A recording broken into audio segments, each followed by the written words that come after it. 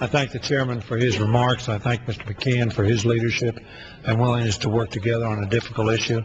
I certainly want to acknowledge and thank my friend Jim Sensenbrenner, Congressman Sensenbrenner, who has been chairman of the committee, the Judiciary Committee, who's been a leader in this Congress, and his wife Cheryl. Cheryl's been mentioned. Cheryl, like the young man we just saw speak, Congressman Jim Langevin, have shown great courage, but also have shown that disability is not disabling, that we ought to look at the ability people have, what they can do, not what they can't do. All of us can't do certain things. I urge people to look at what people can do. And that's what this bill was about in 1990. That's what this bill is about today. And I am very pleased to be here to speak on behalf of this bill. I think this bill may well pass unanimously. And the public might conclude, therefore, that this was not contentious or difficult. It was both. Not contentious in terms of enabling those with disabilities to be fully included in our society, but how to do that. How to do that in the context of making sure that the business community could live with this, that the disabilities community could live with this, and that we did, in fact, accomplish the objectives that we intended. I want to thank as well the Chamber of Commerce, the National Association of Manufacturers, and other business groups who came together with the disability community with a common objective. Randy Johnson worked on behalf of the Chamber of Commerce. And Randy Johnson, at a press conference that was held when the Senate passed this bill just a few days ago, said that he was a staffer here in 1988, 89, and 90 when we passed the Americans with Disabilities Act.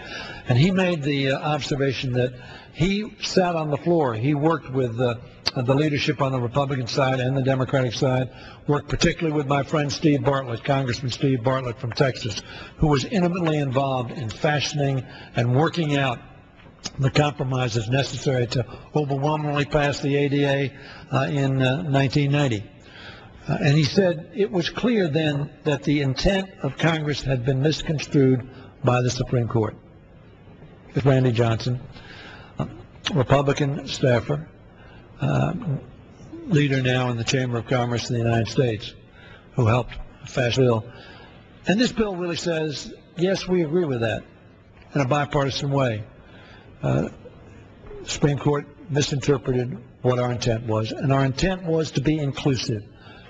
Civil rights bills are intended to be interpreted broadly. Why? Because we want to make sure that every American has the benefits that America has to offer, the opportunities that America has to offer, and to empower them to help America be a better country, to bring their talents and their skills and their motivation to bear in the public and private sectors. I want to thank as well Nancy Zirkin, Andy Imperato, as I call her, my lawyer, Hy Feldblum, who's worked so hard on this for now those 20-plus years. It's been 18 years since we passed the ADA, but as Mr. Miller knows, it's been 20-plus years, 25 years really, that we've been working on getting to this point. I also want to thank Mike Peterson of HR Policy and Jerry Gillespie of the National Association of Manufacturers. There are so many people that I could spend the next 5-10 minutes mentioning just name after name after name who made this happen.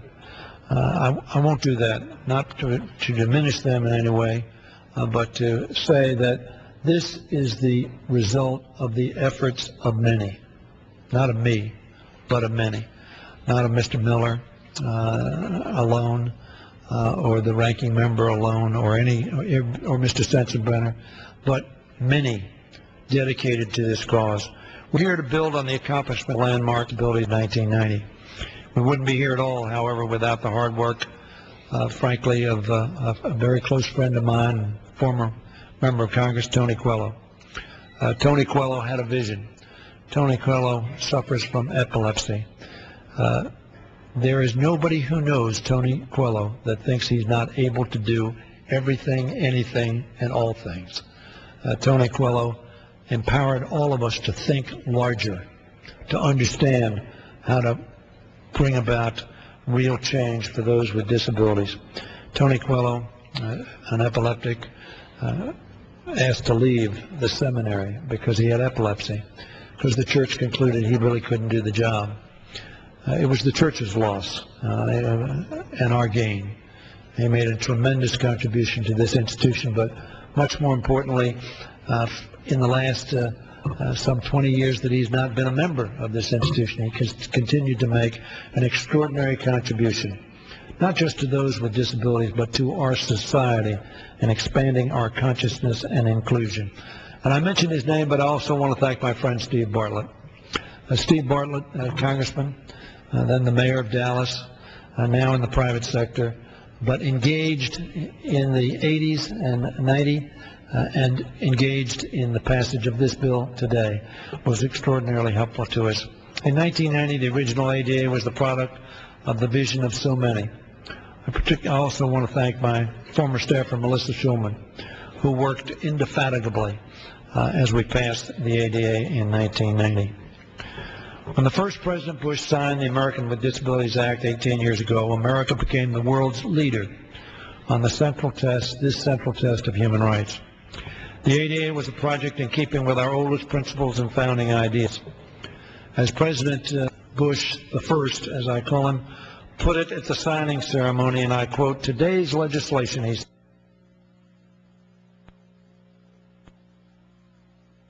"will never again be deprived of their basic guarantee of life, liberty, and the pursuit of happiness." Thanks to the ADA, that day became closer on July 26, 1990. Thanks to the passage of this bill today and the signature, as Mr. Miller indicated, next week, the expected signature of the President, with hopefully the first President Bush present, tens of millions of Americans with disabilities will now enjoy even fuller rights, and the rights that we intended them to enjoy when we passed the ADA. The rights to use the same streets, theaters, restrooms, or offices, the right to prove themselves in the workplace, succeed on their talent, and drive alone. We've accomplished much in terms of public accommodations, in terms of reasonable accommodations. I was sitting there with Michelle Stockwell, my policy director, as we watched Jim Langevin give his speech. What a wonderful accommodation he has in that chair that stands up. Weren't all of you impressed when he said, "I rise to support this legislation"? Jim is still here. He's over here. I rise. And he does rise. Why? Because he has a reasonable accommodation, which, notwithstanding the failure of his legs to work the way he would like them to work, his chair reasonably accommodates and has him rise to speak to this body as a testimony to the consciousness of having been raised to make sure that a person like Jim Langevin of great ability, not disability, but of great ability, come here, having shot at the age of 18 inadvertently by accident, disabled, graduated from high school, graduated from college, elected to the Rhode Island House, elected to Secretary of State of his state, and now a member of this body. What a testimony to making sure that we made sure Jim Langevin could get through the door. We made sure Jim Langevin could get the kind of education he wanted and have access to that education. What a testimony to what this Congress has done, but more importantly, what so many courageous people with a disability have shown us all, that a disability is not disabling. It may rob us of a single or maybe even multiple ways that some people do things, but not of all things. Sadly, as a result of the Supreme Court's decision, we have yet to live up to our promise fully. That's what we're trying to do today. We've made progress on access.